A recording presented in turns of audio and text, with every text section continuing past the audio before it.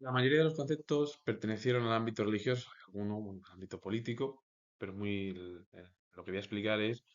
el ámbito de la religión en los diferentes parámetros pues, de la filosofía, la historia, la literatura, el arte, la sociología, todo el ámbito, sobre todo también la psicología y la psiquiatría, es decir, el pensamiento y la cultura con esa rama de la religión católica que tuvo gran influencia por todo el continente europeo y, bueno, en sí, por el cristianismo tuvo una gran influencia por toda Europa y también por América. La filosofía espiritual, en esencia, explora la naturaleza del espíritu y su relación con la existencia, a menudo buscando la unidad con lo divino o una comprensión más profunda con la realidad que trasciende lo puramente material. Implica un enfoque en la vida interior, la conciencia y la búsqueda de significado a través de la reflexión filosófica y la práctica espiritual. Lo que habla al final la filosofía espiritual es ir un paso más allá porque lo que se intenta es llevar a cabo una exploración en torno al espíritu y su relación con la existencia. A menudo, bueno, pues se va buscando la unidad entre la persona y lo divino, una comprensión más profunda de la realidad que sea más allá de lo que es o sería lo puramente material. De ahí que lo que implique es un enfoque pues, en la vida interior, la conciencia, la búsqueda de significado,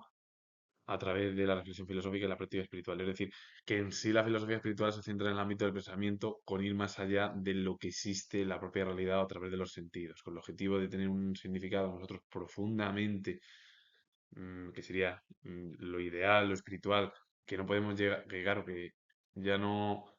porque claro, lo material sería casi lo puramente la realidad, lo que es, y cuando llevas a cabo una filosofía espiritual es una especie de mecanismo con el objetivo de ir más allá de lo que ven tus ojos, que ve tu propia realidad. La sociología espiritual, aunque no es un campo académico establecido, sino una combinación de los estudios de la espiritualidad y la sociología, la espiritualidad se refiere a la búsqueda personal del significado de la vida y la relación con lo trascendente, mientras que la sociología estudia la estructura, el comportamiento y la dinámica de las sociedades, de ahí que sean totalmente diferentes. Porque ¿qué es la espiritualidad? Pues el significado al final personal de cada persona, que es la vida para cada uno, que al final no está relacionado con el ámbito del pensamiento. Y luego, por ejemplo, la relación con lo trascendente. La sociología se encarga de llevar a cabo un estudio de lo que sería una sociedad, una región, un municipio, una ciudad. Por ejemplo, cómo está formada, por ejemplo, la estructura, a lo mejor hablando de Madrid, su comportamiento, cómo se comporta el comportamiento de la gente, la dinámica de las sociedades, cómo han ido evolucionando desde a lo mejor los últimos 200 años, de esa transformación industrial que hubo en el siglo XIX en la capital española, pues era un pelín más rudimentaria de lo que hoy es en día. El siglo XXI es, pues ya Madrid es una de las capitales más importantes de, de Europa y bueno, ya casi ya de las más importantes a nivel mundial, como es otras, Berlín, Londres y otras tantas, o por ejemplo París también. Sin olvidarme también, por ejemplo, a lo mejor de las capitales del sur, Lisboa, Roma o Atenas, que son muy importantes para el ámbito, junto con Madrid, de la historia más y de la cultura occidental, como es Atenas y Roma. Por lo tanto, al final la sociología espiritual se enfocaría en cómo la búsqueda individual del significado y la conexión con lo sagrado interactúan y se manifiestan en las estructuras sociales, las comunidades y las experiencias humanas colectivas. Hablar al final de que si la sociología se encarga del estudio del comportamiento y la dinámica de todas las sociedades o de un propio estado y la espiritualidad al final lo que intenta llevar a cabo un significado de la vida, qué es la vida, la relación que tenemos con nosotros mismos con lo trascendente. De ahí que el término sociología espiritual, si lo unimos, se enfoca en cómo buscar la individualidad del significado nosotros, es decir, la individualidad de cada persona con ese significado y la conexión con lo sagrado interactúan y se manifiestan esas estructuras sociales, las comunidades, las experiencias humanas colectivas, es decir, es nuestra propia percepción de lo que vemos con el significado espiritual, aparte de que la sociología se encarga luego de estudiar cómo es el comportamiento, la dinámica, las experiencias humanas colectivas entre todos y cómo está formado, por ejemplo, el Estado, cómo, hacia dónde va ese Estado. Por ejemplo, yo he puesto la capital de Madrid porque es el ejemplo de aquí de España, que es la más importante y es la ciudad, bueno, pues que tiene, bueno, pues hoy en día toda la industrialización y todas las estructuras por haberse convertido desde la época de Felipe II en la capital del reino o del país. Y entonces la estructura es totalmente, pues, muy diferente a lo que era hace 500 años, 200 años y en la actualidad. Madrid hoy en día, y esto lo digo y no es por ni de sacar nada de la capital mía, Ni decir nada, porque hay otras capitales que también son importantes dentro del propio país, pero Madrid es la capital y es así, ya está. Hay otras que lo intentaron o se intentó, pero no salió por parte de los monarcas españoles. Pero que la situación en Madrid, que es una de las ciudades más geniales y donde se puede disfrutar, está claro de que es así y no se cambiaría, vamos, por ninguna. Y mira que hay muchas ciudades que tienen playa y, por ejemplo, como Barcelona o otras zonas de Andalucía que son incluso también cercanas a la playa, es decir, al mar. Pero vamos, Madrid, cambiarlo por otro tipo de ciudades, pues yo creo que mi opinión es que no, porque para mí me parece que es una de las grandes ciudades y que acoge a gente tanto dentro del país como de otros países europeos y también de otras zonas del planeta. La historia espiritual y la ética espiritual, en torno a la historia espiritual se refiere al estudio de la evolución de la experiencia interior humana y su relación con lo trascendente a través del tiempo, manifestándose en diversas tradiciones religiosas y culturales. Puede entenderse como el estudio de cómo la espiritualidad, la fe y la búsqueda de un propósito en la vida se han expresado en las culturas y las sociedades a lo largo de la historia, abarcando desde la experiencia mística hasta las manifestaciones artísticas y documentales que reflejan la vida espiritual de una época, porque la historia espiritual al final es casi un recorrido histórico de la experiencia interior humana, de nosotros mismos y la relación a través de todo el tiempo. Primeramente, sabiendo de que a lo largo de la historia había diversas tradiciones religiosas, culturales, y que se van enfocando en torno al estudio de la fe, la espiritualidad y la búsqueda de un propósito en la vida, que se expresan, se han ido expresando a lo largo de la historia a través de las culturas y de las propias sociedades que han ido contando y que han ido dejando los legados cada una de las diferentes sociedades. Estoy hablando yo, por ejemplo, desde la prehistoria hasta pasando por la época, por ejemplo, grecolatina, medieval, con los tintes con fuerza religiosos. El centro del universo ya deja de ser Dios para en la Edad Moderna convertirse en el ser humano. En la Edad Moderna ya los dogmas, ya a partir del siglo XVIII, sobre todo el siglo XIX, empiezan a caer y se llevan a cabo nuevas formas de religión. Ya la religión no tiene ese peso que tuvo a lo largo de la historia hasta el siglo XVIII. Y además, lo que se manifiesta es a través de la experiencia mística, como las manifestaciones artísticas documentales que se han ido reflejando a lo largo de la historia de cada, por ejemplo, nación o país o estado, me da igual como lo se quiera denominar. Porque la historia espiritual es un recorrido casi histórico con la fe, la historia, la espiritualidad a través de las propias culturas que han ido dejando su propio legado desde el comienzo de la humanidad, allá por el ámbito prehistórico, hasta la actualidad. Y la ética espiritual es un sistema de principios y valores que orienta la conducta humana a través de la búsqueda de un propósito elevado, la conexión con la propia interioridad y una comprensión más profunda del sentido de la vida. Integra los valores como el respeto, la compasión, la honestidad y el servicio desinteresado, inspirados por la dimensión espiritual de la persona que a menudo incluye creencias religiosas, pero también puede abarcar una búsqueda personal de paz y trascendencia. La ética lo que busca es la paz entre todos, con el objetivo de cómo nos comportamos. Si nosotros llevamos a cabo un mecanismo ético, tenemos de comportarnos lo mejor posible para, primero, con nosotros mismos y luego, si estamos con alguien,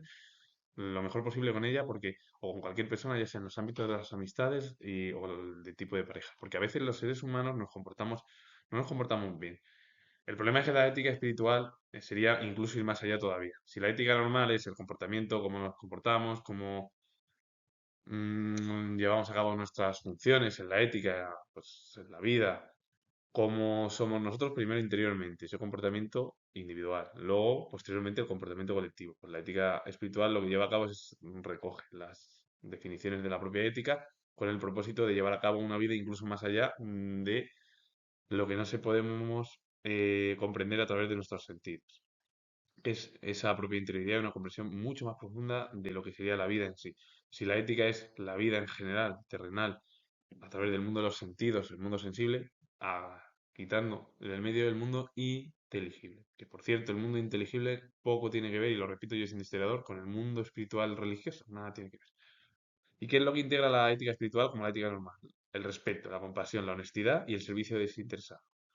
Lo que pasa es que se inspiran en la dimensión espiritual de la persona. En el ámbito de la ética normal no se inspiran en nada, se inspiran en tu propio comportamiento y las circunstancias que hagas tú y cómo te comportes tú primero de forma individual y cómo te comportes con los demás, con el resto. porque siempre, cuando estás con alguien, tienes que cuidarle y siempre tienes que ayudarle. El problema de la manera de entender cómo entendemos la especie humana es algo muy complejo. De ahí que normalmente la psiquiatría y la psicología se encarguen de entender cómo es individualmente cada persona. Pero claro, al final lo que dibuja la ética espiritual, aparte de entender lo de más allá de las creencias religiosas y todo, porque es lo que habla la ética espiritual, también puede abarcar luego pues una búsqueda de paz y trascendencia por parte de cada persona de forma individual. Pero eso es, ¿qué quiere decir? Si la historia, la y ética, igual que la historia espiritual, si la historia es el recorrido histórico, pues la historia espiritual es el recorrido histórico desde los espíritus, las creencias religiosas, las culturas que han dejado, por desde el ámbito prehistórico hasta hoy en día. Y la ética espiritual es el comportamiento de cada uno, pero ir más allá incluso, dar un paso más allá al alcance de que nos acerquemos al ser superior, al ser supremo, que sería Dios, con el objetivo de, primero, cómo entendernos nosotros mismos interiormente y luego cómo comportarnos con el resto en torno al ámbito de la ética espiritual, pero con los tintes religiosos. La psicología espiritual y la psiquiatría espiritual son dos conceptos dentro del ámbito de las ciencias sociales, como he explicado anteriormente, con los tintes religiosos cuando apareció el cristianismo en la figura de Cristo.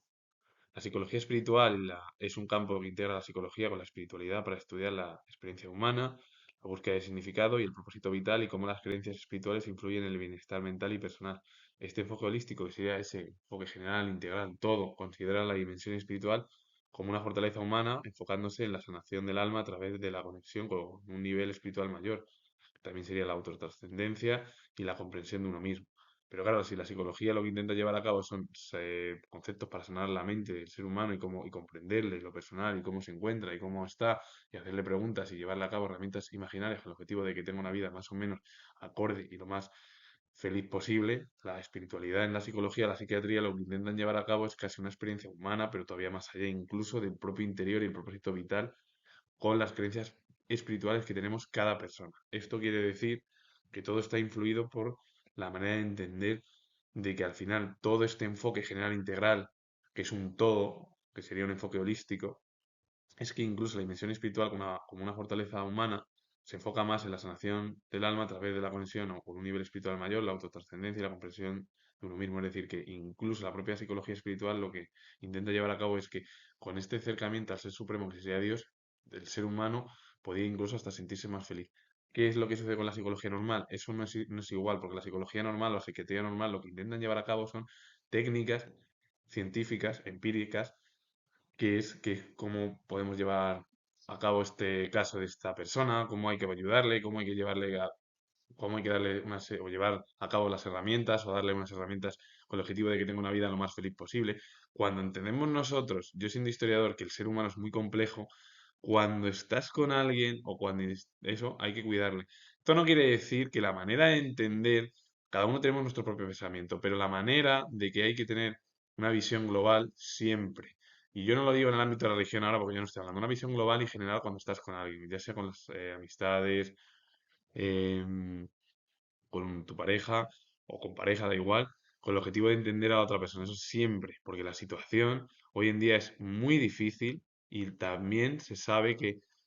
la manera de entender al ser humano es compleja, pero siempre la manera de hablar con cualquiera es con el respeto. Y si hay algún problema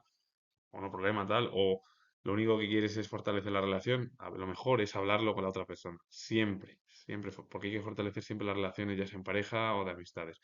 en esa manera de entender el ámbito de las ciencias sociales. La psiquiatría espiritual no es una especialidad médica establecida, sino un enfoque que integra la dimensión espiritual y la práctica de la espiritualidad en el tratamiento y la recuperación de la salud mental, muy parecido a la psicología espiritual. Reconoce que la espiritualidad puede ofrecer un marco de sentido, propósito y ayuda para las personas que experimentan problemas de salud mental y los profesionales de la salud mental pueden ser más efectivos y comprenden el papel de la espiritualidad en la identidad y las experiencias de sus pacientes. La psiquiatría espiritual no es una corriente tampoco de pensamiento como pasa con la sociología. Lo que pasa es que sí que lleva a cabo esa práctica y esa dimensión espiritual con el objetivo de que esa propia espiritualidad se integre dentro de ese tratamiento y recupere la salud mental de cada persona. ¿Cómo? Porque la espiritualidad de una persona, por ejemplo, puede llevarle a cabo a tener un marco de sentido diferente, un propósito, una ayuda en el cual esas personas que creen en el ámbito de la psiquiatría, pero con el ámbito de la religión, pueden tener, experimentar a lo mejor que esa ayuda les pueda sanar esos problemas, por ejemplo, de salud mental, de los profesionales propios de la salud mental psiquiátricos o de que sean psiquiatras y psicólogos intenten llevar a cabo una manera de entender la comprensión de cómo podemos llevar a cabo esa espiritualidad en esa persona que tiene una identidad y esas experiencias que ha vivido cada paciente, porque cada uno tenemos una historia diferente y eso es lo divertido y es lo que al final tiene mucho sentido de que seamos diferentes. Por eso, es verdad que el 99% pues es que ya ni depende la pena, pero el 1% hay mucha gente que merece una pena, pero grandísima y además por la manera de entender y se puede incluso hasta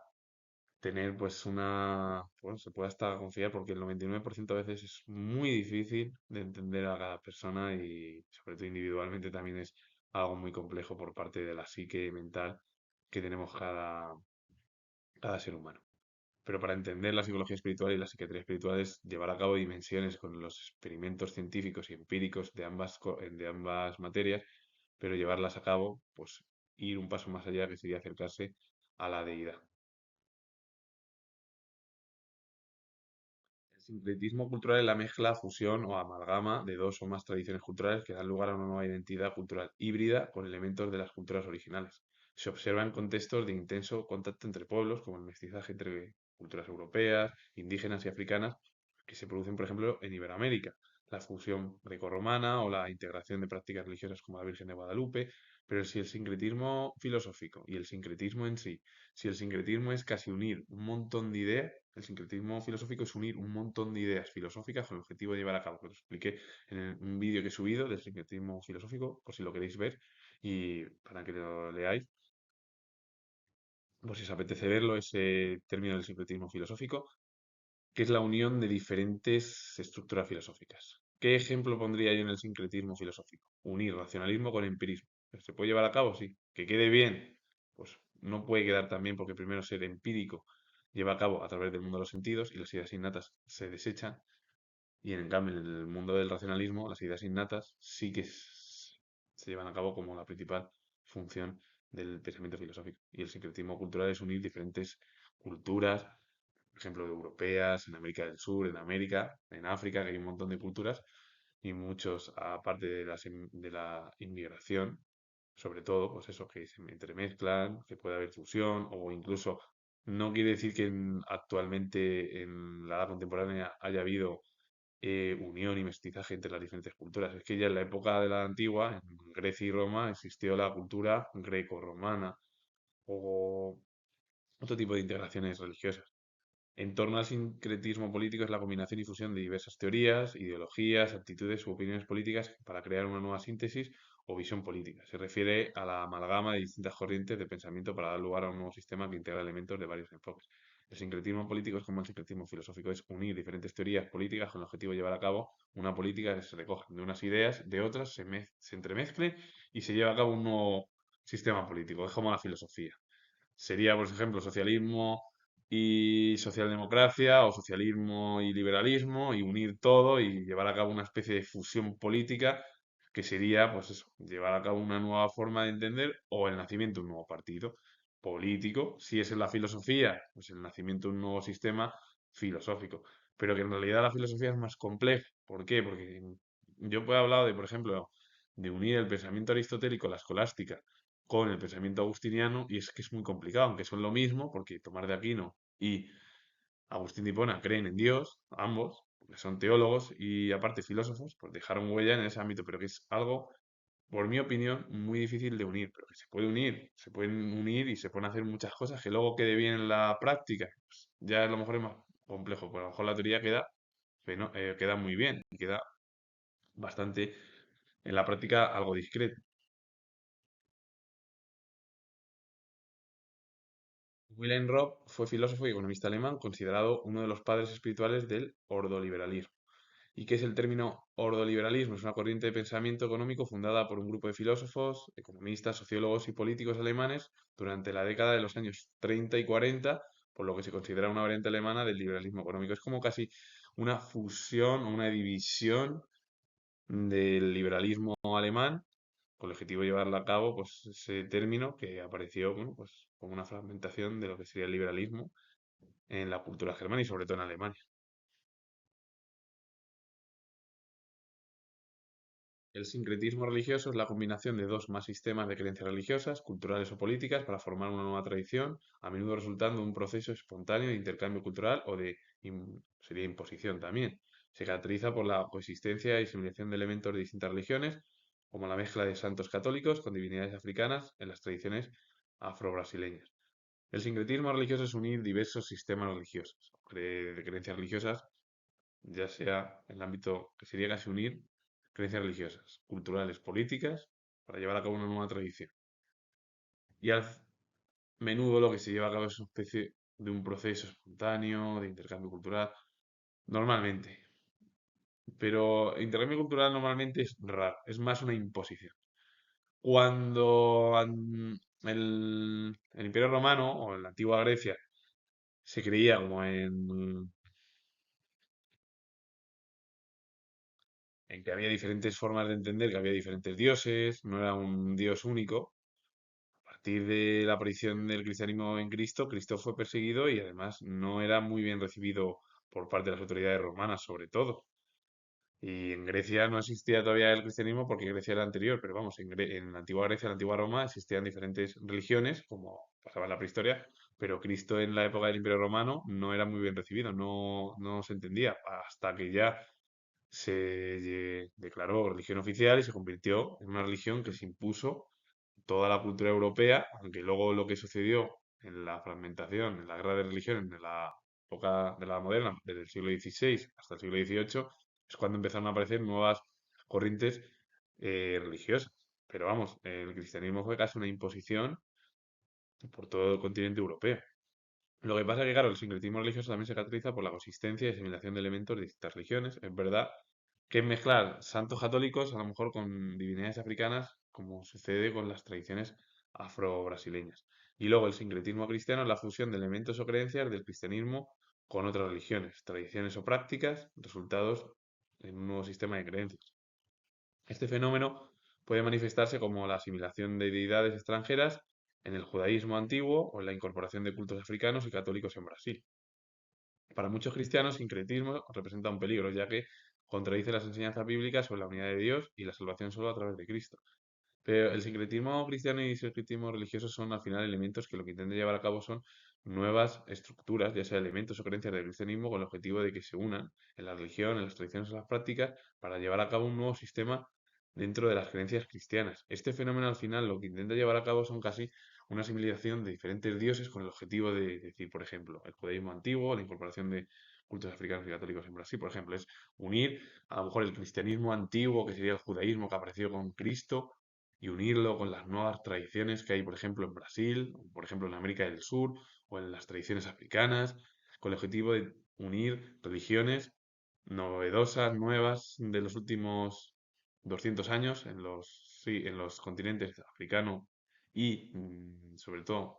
América del Sur. Pero claro, luego según para los cristianos esto sería negativo, porque no, porque solo hay un Dios y Cristo es la salvación y bueno, todo el lío ese al final que existe de entender que el sincretismo religioso y el sincretismo cristiano sí, se pueden unir muchas cosas. Es verdad que esto es más sencillo, pero el problema, yo lo vuelvo a repetir, dentro del sincretismo político es fácil unir diferentes ideas políticas. Eso está claro, creas un nuevo partido, tal, coges ideas del socialismo, de la izquierda, de la derecha y lo creas y llevas a cabo un nuevo partido. Pero luego que funcione, si estando en los mismos partidos es más que difícil que lleve a cabo, que puede funcionar, pues claro que puede funcionar. Que el sincretismo filosófico también puede funcionar, sí puede funcionar, pero unir racionalismo con empirismo, que son las corrientes más importantes de la filosofía, hay otras, eso está claro. Que está el existencialismo, la fenomenología, el pensamiento religioso en la Edad Media. Bueno, hay tantas que el problema es que unir racionalismo con empirismo, que son las más destacadas, es hasta complicado. Se puede llevar a cabo, sí, una tesis, sí, una práctica y una teoría, sí. Que luego la práctica a través de la teoría quede bien, pues eso ya es más complicado. Pero bueno, en realidad el sincretismo es casi unir diferentes formas, ya sea en lo religioso, en lo filosófico, en lo cultural, en lo político, en cualquier ámbito de la cultura. El sincretismo cristiano-judío se refiere a la combinación de elementos de ambas religiones, ya sean las prácticas de judeoconversos que mantenían tradiciones judías bajo una fe cristiana o en la influencia mutua a través de los siglos, como se ve en algunas comunidades mesiánicas que combinan el judaísmo con la creencia en Cristo como el Mesías. Aunque a menudo se considera un fenómeno de grupos minoritarios o conversos, es un intento de integrar dos sistemas de creencias que, aunque comparten raíces abrahámicas, tienen diferencias teológicas importantes. Pero el sincretismo cristiano-judío es al final unir ambas religiones, que sería mantener las tradiciones judías desde el nacimiento del cristianismo en Cristo, con esa fe cristiana, o en la influencia mutua a través de los siglos de cómo el cristianismo ha ido variando desde el nacimiento, que ha sido de una manera, y a lo largo de los siglos pues ha ido cambiando y ha ido modificándose por intereses sobre todo monárquicos y luego eclesiásticos. De ahí que, claro, algunos vean que combina ese judaísmo que es el nacimiento de Cristo con esa identidad dentro de la religión, que luego lo consideran como que Cristo es el Mesías de toda la religión. Todo ello. Lo que pasa es que este tipo de pensamientos religiosos y creencias son minoritarias o muy conversas y que es muy raro. Es verdad que pueden compartir porque al final el judaísmo y el cristianismo están cercanos, comparten muchas maneras porque son dos sistemas de creencias que tienen las raíces abrahámicas, es decir, las raíces abrahámicas es lo que surgió primero el judaísmo, el cristianismo, para que luego ya cada uno tiene su propio pensamiento. Los judíos creen en una serie de estructuras muy parecidas al cristianismo sobre todo, pero luego ya en el cristianismo hay diferentes corrientes, porque está el catolicismo por un lado y luego las diferentes que surgieron en la Edad Moderna con el luteranismo, el calvinismo, el protestantismo, el anglicanismo y luego la religión ortodoxa, que es otro tipo de religión que es mucho más cercana a la religión católica, pero que nada tiene que ver, porque cada uno tiene sus propias creencias y pensamientos. Entonces de ahí que el sincretismo cristiano judío es casi una unión de dos religiones que sí que tienen una conexión pues desde la historia, pero que luego tienen sus propias formas de pensamiento. La literatura espiritual y el arte espiritual, pues son dos conceptos dentro de las ciencias sociales, como he explicado, con los tintes de la cultura occidental.